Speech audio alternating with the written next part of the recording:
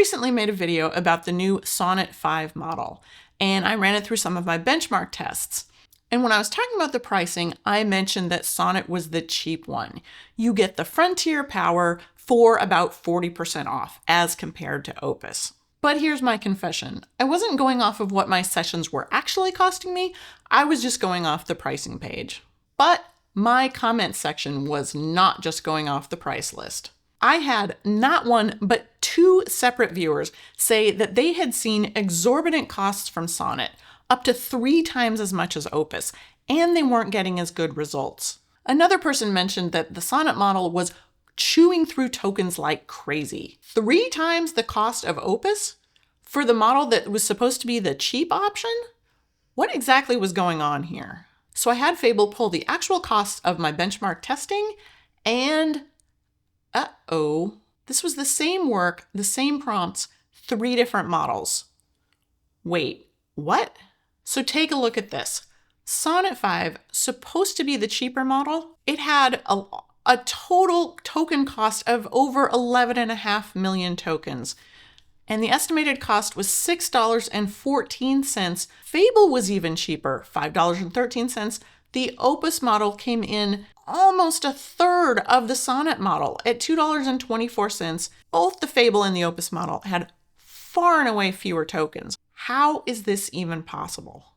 This is the chart that I wish I had taken the time to build when I was running my benchmark tests. The commenters were definitely onto something real. My own data was bearing that out. But it left me with the question, why is it the model with the cheaper tokens is so much more expensive to use? What exactly is driving that kind of token usage and these costs? And more importantly, how can you avoid this? So let's give a quick overview in case you're kind of new to all this. And it's all going to matter and come together in just a few minutes, I promise. All AI models charge by the token. A token, you can think of it as a chunk of a word. It's roughly 3/4 of a word, but not exactly, and it does vary between models. That's important. We'll come back to that again in a little bit. You pay one rate for tokens going in, that's your prompts or the questions that you're asking the model, and a different rate for the tokens coming back out. That's the model response. So this price list is all in dollars per million tokens. So you can see the Sonnet 5 model, which is the one that I was testing, is $3 per million tokens in and 15 per million tokens out, compared with Opus, which is 5 per million in, 25 per million out. So you can see that theoretically, the Sonnet model should give you about a 40% discount off of Opus. And of course, the Fable model, which you may or may not have access to by the time you're watching this video, $10 per million in, 50 per million out. So this is the top shelf premium model, which makes it even weirder that my benchmark testing, Sonnet was more expensive than the Fable model. And a quick note here, if you're watching this before August 31st, 2026, the Sonnet model is actually even cheaper than this. I think it's $2 in, $10 out as an introductory rate. But I'm using their standard pricing, and I'll be using that for all the calculations going forward in this video. Okay, so on paper, Sonnet 40% off. But the thing that the price list here does not tell you how many tokens a given model will actually use to get the job done. It's similar in that way to the price per gallon of gas. You don't just talk about price per gallon. What you actually look at is the miles per gallon that your individual car gets. And likewise, there's something similar to that going on with the models, but that isn't necessarily reflected in this price list. So my commenters and my own test were saying that Sonnet was a gas guzzler. I had to go run some more tests to find out. So I asked Fable to run a series of tests across all 4 models, Fable, Opus, Sonnet, and the Haiku model, using the exact same prompts. I wanted to give sort of a better real-world example of different types of work. So these tests ranged from the super simple single-shot Q&A to a sort of a messy spreadsheet that had different dates, different formats. We asked the models to help clean it up. There was a small Python library with some bugs planted in there. We asked all of the models to clean up the bugs and make sure everything passed the unit tests. And then there was a slightly harder one. Implement a little query language engine from a spec against 28 tests that were written in advance by Fable. So every model got the exact same prompt. They had the same level of thinking set where that was an option. Everything was run in the Claude Code CLI. Every run got checked automatically by Fable. Fable did all of the grading. I did not put eyeballs on the results by design. I figured Fable could do a much better objective job of grading all of the responses than I could. One of the criteria was that everything passed and was completed all the way through correctly. And after all the tests were run, Fable calculated the actual token count, calculated the dollar amount, all using the actual session data. So all 4 models completed all of the tasks successfully, which I have to say, that in and of itself is kind of remarkable. I wasn't sure if the Haiku model would be able to get through the harder coding task, including all 16 test cases, but it sounds like it did. Everything passed to Fable's specs. I do want to say right here though, because I didn't take a look at anything, I can't necessarily speak to the quality of the results. I didn't read any of the writing. I didn't compare notes. I have to assume that Fable was smart enough to take all that into account, but take these results with a grain of salt. I was looking more for cost analysis, not quality analysis. But I think we've all seen in the real world, the model matters. The quality is just going to be higher with different models. But back to the costs, which is what we're here for. So this chart is the verdict. This is the cost of the Sonnet model displayed as a percentage of the cost of the Opus run per task. So on the quick Q&A, the Sonnet model was as expensive as the Opus model. We're going to circle back to that. Everything else, though, came sort of within that 40% discount or better. The writing was 62%, data cleanup was 67% of the cost. The bug fixing was half the cost of Opus, and even the hard coding was close to half the cost.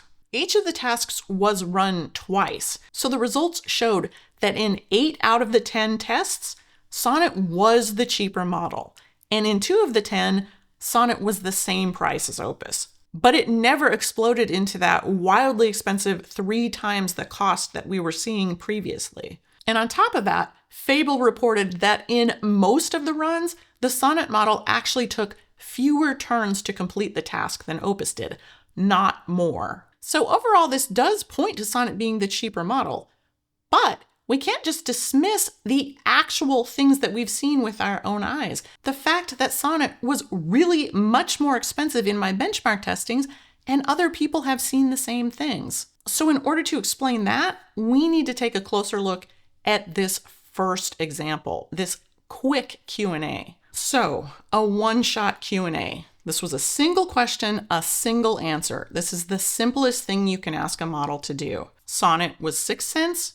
Opus was 6 cents. How are they the same price if we know the Sonnet tokens are actually cheaper than the Opus tokens? That's not supposed to happen, right? But explaining what exactly is going on when this happens is going to help us understand what's going on when we start seeing those exploding Sonnet prices. And in case you're wondering, this is the prompt that was used for the Q&A. Unfortunately, Fable did ask for the answer directly in the response. It didn't write any files, so I can't see what the results were. So the token tax. So in the comments, somebody mentioned, don't forget about the tokenizer change that they made with the Sonnet model. I didn't know exactly what that meant, but here's what's going on. So remember that the models charge per token, but each model gets to choose how it breaks up those words into tokens. The thing doing that counting and that dividing is called the tokenizer, and Sonnet 5 got a new one.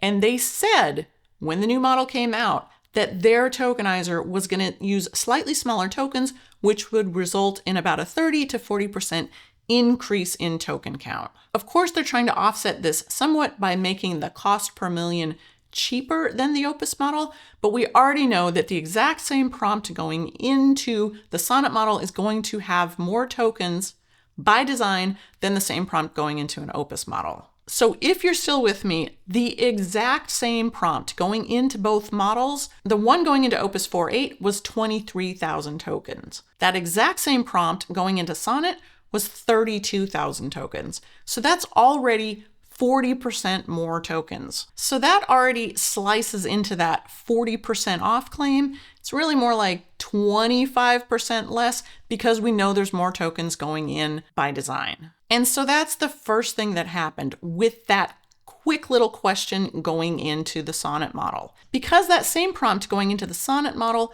had more tokens than the prompt going into the Opus model, it ended up costing about the same. To use the car analogy again, it's not that the gas got more expensive, it's that the gallons got smaller. That was only the first part of what was happening in that pricing. But it's not the only thing. There's a second change, and this one points straight at the people who told me their bill went up the moment they upgraded. On the old Sonnet 4.6, thinking was off by default. If you wanted the model to reason before answering, you turned it on, and you could even cap how much it thought. Sonnet 5 flipped that. Thinking is on by default now. You have to opt out, and the model decides how much thinking it does. And that thinking gets billed at the higher output rate, $15 per million tokens. So if you upgraded from old Sonnet to new Sonnet and your costs crept up for seemingly no obvious reason, this is probably part of why. Now, the tokenizer and the thinking both change what a single turn costs you, but neither one is what turns a $6 job into a shocking bill. That comes down to something bigger. And I think it's the key to what I was seeing for sure, and I can only assume that it's the key to what my viewers were seeing as well. Something that a lot of you know, although maybe not everybody, the models themselves have no memory. Let me say that again. They don't have a memory. If you ask them a question and they give you an answer, when you ask a follow-up question, you're actually handing them everything that's already happened in the conversation, plus your new question. The model takes that, reads everything again, including your new question, and gives an answer to that question. The same thing happens over and over. Every time you go in, you're sending the model everything that's happened already in that session and waiting for an answer to the little question that you appended to the end of that series of information. The model takes all of that in and reads it from scratch every single time. And every time it's reading, that reading is billed as input tokens each turn. This process repeats itself as long as your session is going. So in my benchmark coding runs, based on the analysis that we did after the fact, we were seeing between 92 and 96% of all of the tokens that I paid for were the model rereading its own conversation. Things that had already happened, but it needed that context to answer my most recent question. The actual new information coming in, sometimes each turn might be only 2 tokens. 2. Everything else was rereading stuff it had previously seen, but of course it has no memory. It didn't know it had seen it. So this means that the actual cost of each session run turns out approximately to be the number of turns times the context size. So if you have a lot of context and a lot of turns, you're just going to be paying more. So if you're looking at this chart in horror and thinking there has to be a better way, there is. I know some of you are screaming at me, no, that's not actually how it's calculated. And you're right. Luckily for all of us, they've invented this concept of prompt caching. So this means that you pay a little bit of a premium to write everything into a cache, but then every time after that where you read it back out, in other words, every next turn after the fact, the reading of it costs about 1/10 the cost as it would if it were a brand new piece of information going in. So when you send your first prompt in, there is a one-time cache writing fee. For Anthropic Claude Code, you're actually paying double input token cost to have stuff written to the cache. So based on the numbers I was seeing, it takes roughly 4 to 6 turns to recover that cache cost that you're paying up front. But for everything beyond that super quick interaction, that's going to be well worth it. Almost none of my code is single shot. There's almost always a bunch of back and forth. So that caching mechanism really does help quite a bit. And if we go back and look at this initial chart from my previous video with my benchmark testing, you can see this in action. Even though I used over 11.5 million tokens. 11.2 of them were cashed. So these were not charged at the full price. These were at that 10% cost.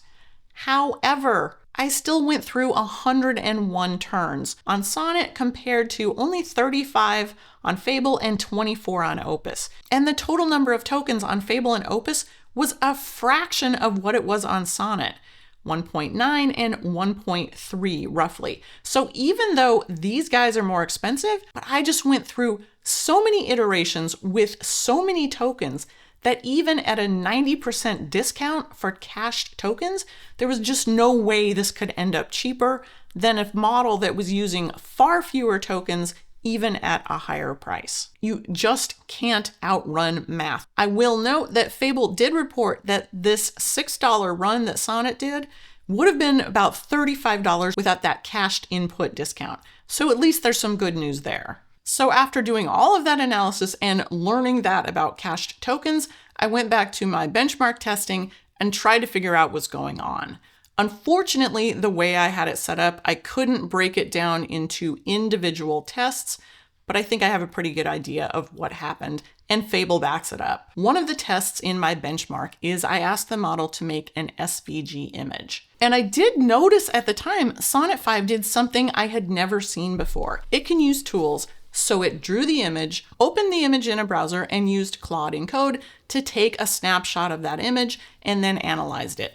It didn't quite like what it saw, so it rendered it again and went through that process 2 more times. And this turned out to be the perfect storm. Screenshots are images, and images are among the most expensive things a model can hold in its context. And remember, every time it's trying to redo something with the image, we're sending everything that's already happened in that session back into the model. So every time it tried to redraw the image, it was sending in new information plus the previous information plus the initial information. By the time it was done, the token count was huge and the number of times it iterated was also huge. And that, I think, is what led to that insane cost for the Sonnet model for my benchmark testing. Fable confirmed this is very likely the source of that cost. The fact is, it was an enormous token count and it churned and just kept increasing tokens and kept rereading the same things over and over. Even at that cached cost, it still really added up. And so if you have been using Sonnet and you've switched to the new Sonnet 5 model and you're starting to see this kind of thing, where suddenly your session is iterating and iterating and iterating where it didn't used to, it might be worth it to stop and switch models up to the Opus model and just see if it can get through it more quickly with fewer tokens. You may end up saving money, weirdly, by going to the more expensive on paper model, but in reality, it may end up costing you less. Now, I wish I could tell you which model to use for which job, but I just really can't. Here is what Fable recommends. So the best I can say is experiment a little bit.